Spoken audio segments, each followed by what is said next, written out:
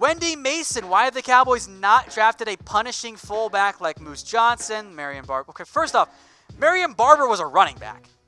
He was not a fullback. He ran the ball. And Mike Allstott, who was almost a pass catcher, because it's 2019, Wendy. Teams don't use fullbacks anymore if they can't catch the football, and barely use them anyway. John Cahill says, do you think the offense will be less predictable with the new offensive coordinator? I mean, I hope so. If it's the same offense, I'm not going to be very happy. I need to see some changes there. I don't want it to be the exact same offense. I mean, some tweaks are needed, obviously. So run more motion, run more creative routes, and I'll think the Cowboys are in much better shape. King J again, who gave us our super chat earlier. Again, super chat, we'll get you on the show.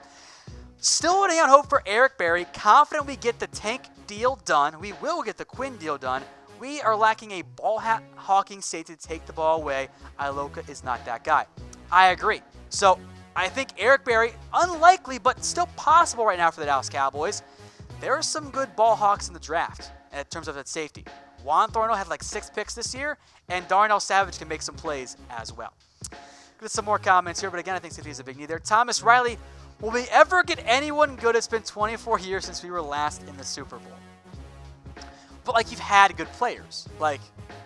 I know we were all spoiled by the Cowboys dynasty, but, I mean, it's hard to win a Super Bowl, guys. So, and you've had good players on this roster year in and year out. It's just not always in free agency because guess what? The Cowboys draft really, really well.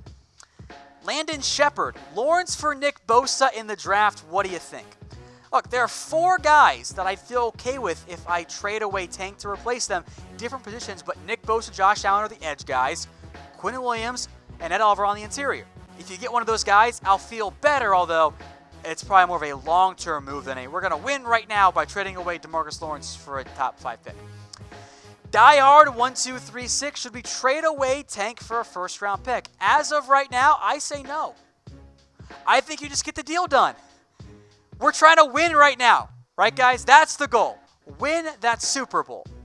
I don't see any scenario that's actually feasible in which you trade away DeMarcus Lawrence and your chances of winning a Super Bowl next year are better. It only goes down. Now, if you get like Nick Bosa, might be better off for 2020 or 2021, but it doesn't help you right now. So, look, if we get to 2 months from now or 2 weeks from now and we're really close to the draft and the deal's just not going to get done, then I'll change my tune. But for now, just get the damn deal done. You're not that far apart. The Cowboys need him on defense. Andrew Doe again. I'm guessing Duke Johnson is off the table. I don't know if he's actually off the table. I think it's kind of more of a wait-and-see thing. If a deal gets done, I think it'd be on draft night. But I think Duke Johnson might be a next-year trade target depending on what happens with Kareem Hunt and the Browns. But I am still interested in him either way. Bobby wants to know what's the highest donation these guys have gotten. $100. Actually, by the way, Mitchell got it. Mitchell Renz, Raiders Report host, got it. So, I mean, you guys got to one-up him, right? Don't let him be the winner here. We don't like having Mitch win anything here. But either way, thank you for the comment, Bobby. Scott Fowler, if the Cowboys trade Lawrence, does that free up cap hit this year for other free agents? Yes, it does. So right now, Cowboys at like 13-ish million. You trade Tank or rescind his franchise tag, which is stupid, by the way. It frees up 20.5. With that said, if you extend DeMarcus Lawrence, the way the deal is going to be structured, you'll probably free up money this year too. So the most expensive thing for the Cowboys right now is actually to just have Tank on the franchise tag. It will become cheaper if you extend him in the long run, in terms of this year's cap hit. Sleazy, nice name. Will Cooper pass the 1,000-yard mark? I mean, probably, yeah. I mean, he basically did this year in a handful of games. He factored in the Oakland games he had this year. So for me, yeah, I think you'll see Amari Cooper pass the 1,000-yard mark. And I think the Cowboys are smart. They're going to go, oh, our premier receiver that we're going to pay like $17 million a year to? Let's pay him.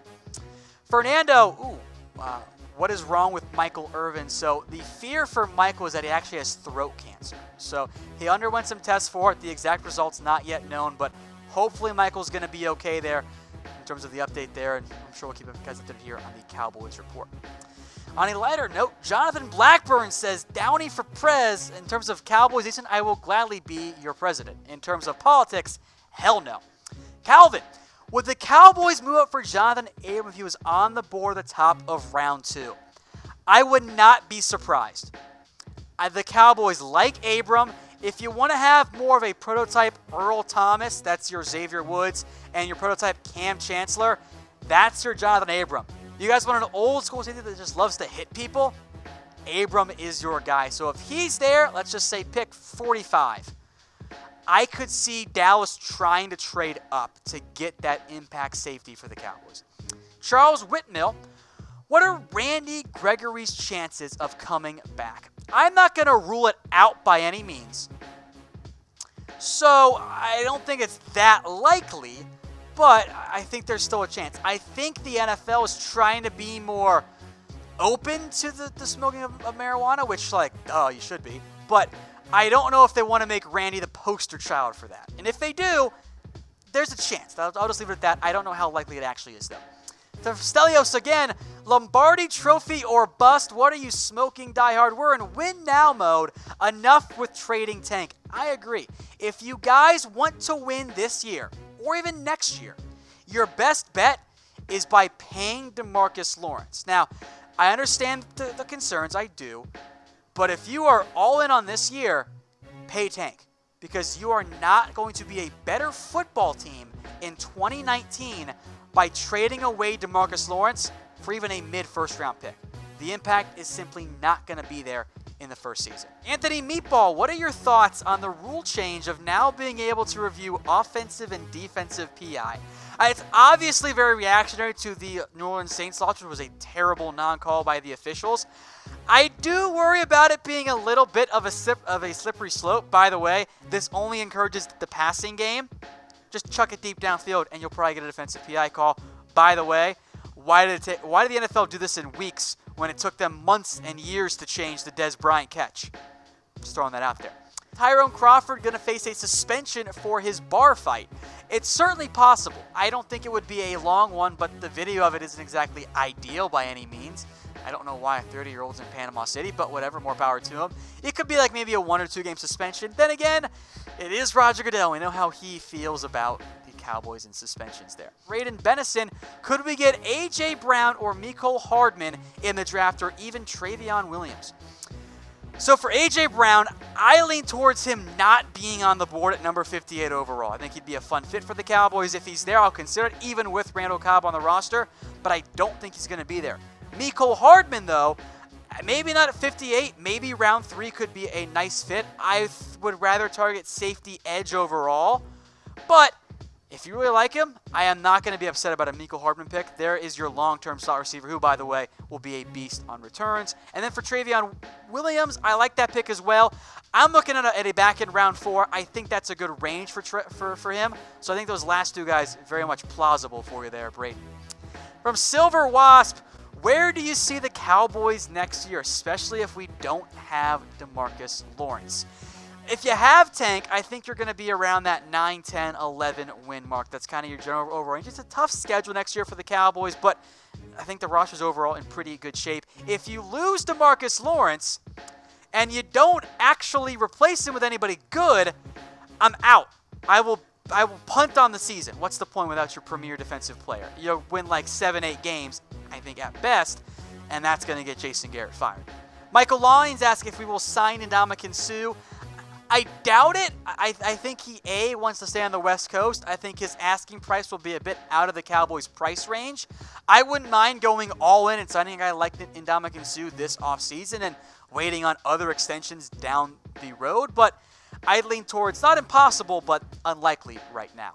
From Mitchell, is Dallas looking for a backup running back in free agency or the draft? I think it's a little bit of both here. I think in general, it's more likely to spend a true backup pick on a running back, perhaps round 4. Stay tuned for that. But I think in free agency, they're not going to rule it out quite either. So either one, I think, makes some sense there for the Cowboys. Hey Cowboys fans, thanks for watching the Cowboys Report. If you haven't already, click right here to subscribe to our channel for all the best Cowboys coverage on the internet. That's news, rumors, highlights, mailbags, film studies, and a whole lot more. And I'm making your lives a little bit easier as well with the next Cowboys Report video right here.